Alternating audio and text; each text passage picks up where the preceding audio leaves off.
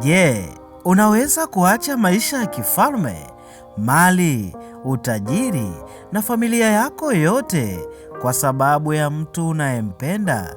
Hiki ndicho kilichomtokea Princess Salme wa Zanzibar, mwanamke aliyekuwa binti wa sultani mwenye nguvu zaidi Afrika Mashariki wakati ule, lakini akaamua kukimbia ikulu na kuanza maisha mapya Ulaya kutokana na mapenzi. Lakini je, mapenzi hayo yalidumu?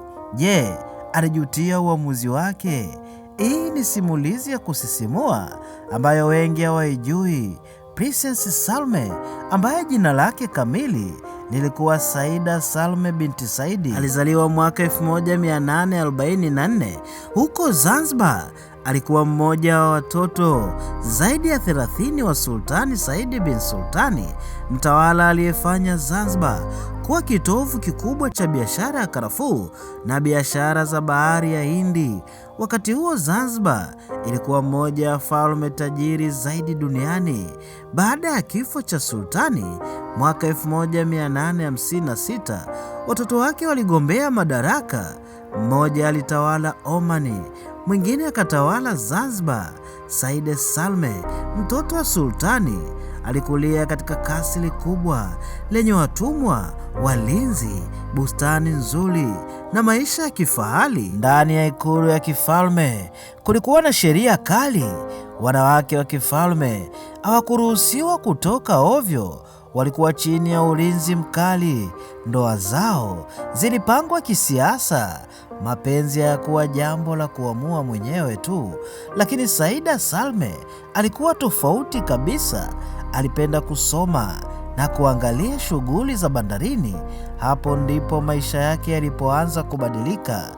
Bandari ya Zanzibar ilikuwa imejaa wafanyabiashara wakubwa kutoka India, Ujerumani, Uingereza na mataifa mengine. Miongoni mwao alikuwepo mfanyabiashara wa Ujerumani aitwaye Rudolf Erich Lotte, na hapo ndipo wakakutana na mtoto wa kifalme Princess Saida. Wakaanza kuwa marafiki taratibu, wakaonana kwa siri. Taratibu urafiki ukageuka kuwa mapenzi. Lakini kulikuwa na tatizo kubwa. Saida Salme alikuwa binti wa sultani na Erich Lotte alikuwa Mkristo kutoka Ulaya.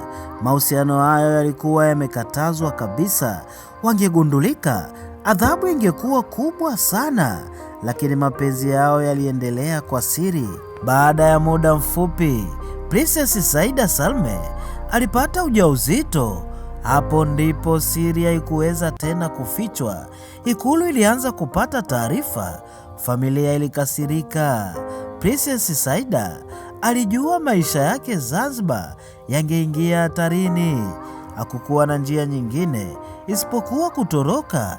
Ndipo mwaka 1866 alifanikiwa kutoroka. Aliingia kwenye meli ya kivita ya Uingereza. Baadaye akaenda Adeni. Akiwa huko alijifungua mtoto wake wa kwanza. Baada ya hapo alisafiri na kwenda Ujerumani.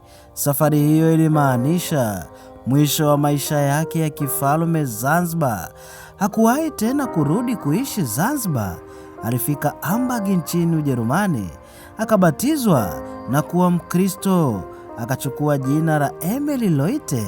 Baadaye akafunga ndoa rasmi na Rudolf Lotte. Walipata watoto kadhaa.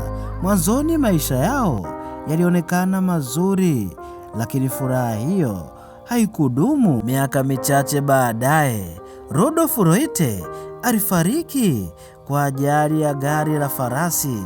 Emily alibaki mjane akiwa na watoto wadogo. Hakukuwa tena na utajiri wa kifalme. Alianza kupitia maisha magumu ya kifedha. Aliandika barua nyingi, akaomba aruhusiwe kurudi Zanzibar.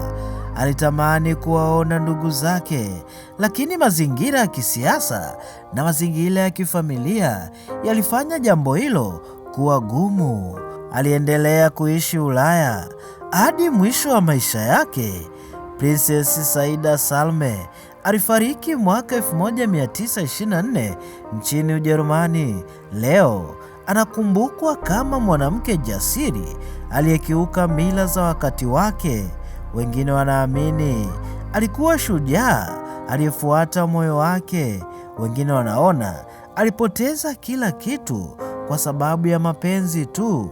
Lakini jambo moja aliwezi kupingwa, aliandika historia ambayo bado inasimuliwa hadi leo. Emil Loite aliandika kitabu maarufu sana kinachoitwa Memories of an Arabian Princess from Zanzibar. Kilikuwa simulizi ya kwanza duniani kuandikwa na mwanamke wa kifalme kutoka Zanzibar kuhusu maisha ya ndani ya ikulu. Kitabu hicho kiliwafanya watu wa Ulaya kufahamu historia ya Zanzibar. Mpaka leo bado kinasomwa katika vyuo vikuu duniani kote. Je, wewe ungekuwa Princess Saida, ungechagua mapenzi au maisha ya kifalme? Andika maoni yako hapo chini.